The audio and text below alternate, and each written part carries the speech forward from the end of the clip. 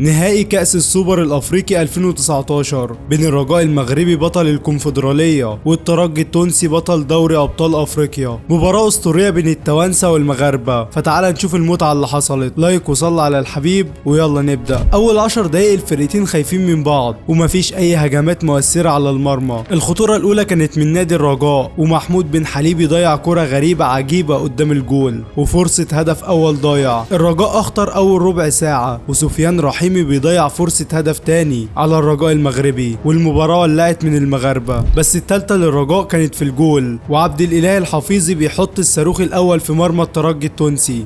خطيرة، جول جول تهدف شباك الترجي وجول. يا سلام، هدف اول يولع المباراة ويخلينا نشوف مباراة اسطورية، والرجاء لحد دلوقتي عامل مباراة قوية ويستاهل الهدف، مع انتظار ردة الفعل القوية من الترجي التونسي. ردة فعل الترجي ما كانتش قوية، بتسديد اي كلام بعيد عن المرمى. بيرجع سفيان رحيمي يستلم كرة ويحطها في المرمى، ولكن الحارس يتألق ويشيلها، والمباراة مولعة من نادي الرجاء لحد دلوقتي. الترجي بدأ يرجع تاني في المباراة بكرة انفراد لطه ياسين الخنيسي، وبيتألق فيها الحارس وبيشيل هدف مؤكد، وبيخلص الشوط الاول بتقدم مستحق النادي الرجاء على الترجي 1-0. ونبدا شوط تاني. الترجي بيبدا الشوط بتسديده خطيره من انس البدري، ولكن في حضن الحارس، بس التانيه من يوسف البلايلي ما يرحمش فيها، وبيحط هدف التعادل بكره صاروخيه. يرجع للخلف تسديده جول. فعل يوسف البلايلي وجول.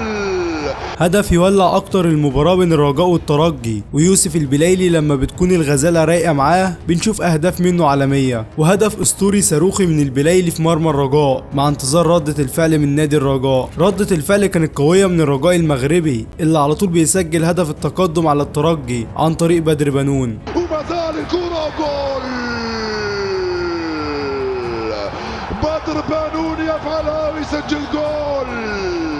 هدف حلو من بدر بنون بالكعب بيجيب بيه التقدم لنادي الرجاء، وشكلنا كده هنشوف نص ساعة من نار بين الفريقين. وتعالى نشوف ايه اللي حصل. الاولى من يوسف البلايلي من كرة ثابتة بس بتيجي جنب القائم. عبد الاله الحفيظي كان هينهي على الترجي بالقاضية وبتيجي جنب القائم. الرجاء اخطر دلوقتي، وكرة تانية بيشيلها رامي الجريدي بصعوبة وبينقذ الهدف الثالث. كرة انفراد وسفيان بيروح يحط الهدف الثالث في الترجي، بس الحكم يقول اوفسايد ويتلغي الهدف. نادي الرجاء الاخطر والترجي ضيع في نهاية المباراة، وكرة تانية بتعدي جنب القائم، علشان اخيرا الحكم يصفر بنهاية المباراة بفوز نادي الرجاء بكأس السوبر الافريقي 2019. لايك واستنى الملخص الجاي يا وحش.